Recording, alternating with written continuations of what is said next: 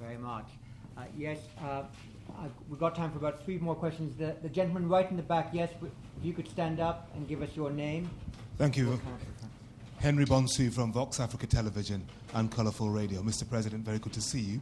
I was wondering what you make of the doctrine of liberal intervention as outlined by Tony Blair in his famous Chicago speech in 2002, underpinning the interventions in Sierra Leone and Kosovo and 1 or 2 other maybe more controversial ones.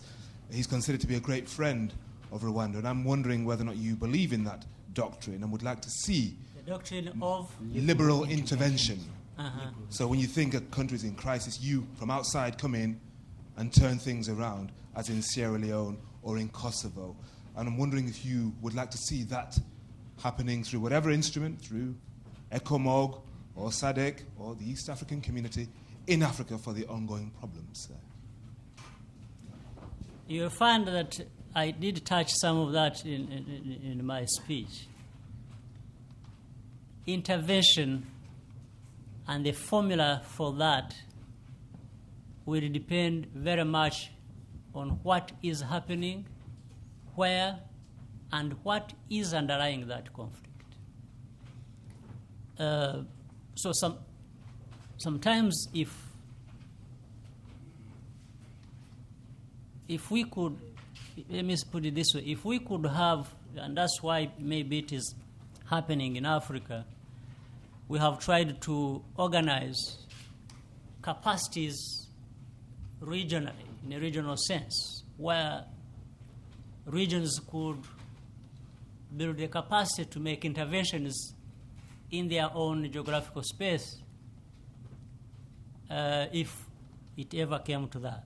That's why you have regional brigades of armies being formed either by SADC, the Southern African countries, Eastern Africa, West, and so on and so forth. So that our African regions could, or sub-regions could intervene on behalf of Africa in finding solutions to where there are such a conflict. Whether that can get, and maybe there will always be need for support to boost the capacity of such armies that would, intervene in a conflict. But if they could do it on their own, so much the better. Or if they could do it on behalf and being supported by either the UN or other people with certain capacities, still that would be welcome. But you have different conflicts or conflict areas that, or in most cases, actually they need direct intervention. If people having problems cannot resolve them on their own, it's always imperative that some intervention of some kind take place. Because in the end, if just left like that, sometimes the conflicts degenerate and spill over different areas where they were not. So about the doctrine espoused by which government or which leader, that's not really my area of comment. I just leave it in that general perspective that there is a need, in my view, sometimes for interventions to happen. And to happen how is another important question. And who gets involved and for what. Those are issues that need to be looked at.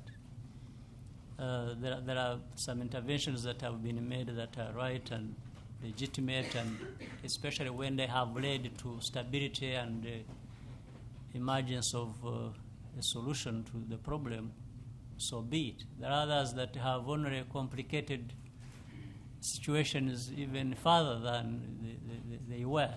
So all those can be judged from the outcomes and the processes that have led to that. Gentleman in the white shirt, please, if you could stand up. Thank you very much, and just give us your name and your affiliation. Yeah, my name's John from the Economist Intelligence Unit, formerly with the Rwandan Ministry of Finance. Thank you very much, Mr. President, for your speech. I was just wondering what you see as Rwanda's role within the East African community, sir. Our role is, first of all, and that we have covered, to be part of the East African community. The second is to make sure that we contribute together with others in the East African community to make this regional integration a reality. It stops being just a dream that people have had for a long time, but to make it a reality. But again, it's only a contribution we can make. We cannot decide for others how they approach it. But as I see it in East African community, we are coming together and forging ahead with the serious integration process. So our role is to make sure that we do everything possible from our side to make it a success. Nicholas McLean. You stand up. Nicholas, yeah. Come right up here. Mr. President, to what extent do you see the threat of climate change as a problem for Rwanda, and what is your government doing to alleviate that risk? I think climate change, as we are told by science and others, is real and is global. So Rwanda can play, however modest a role.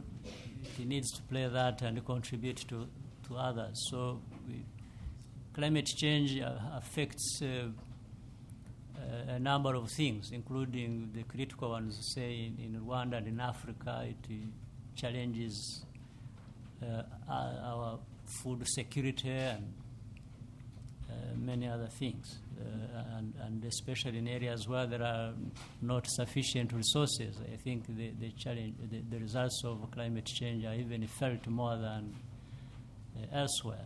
So we do a small part in our area, whether it is in reforestation or keeping our environment clean, doing away with and reducing carbon emissions in all ways. In our small way, if you reach Rwanda, you don't find plastic bags. It's part of that. And it challenges us to find alternatives for what was being served by that, and so on and so forth. So we do our part in a small way, in a small space, but we know it has spillovers to other areas as well.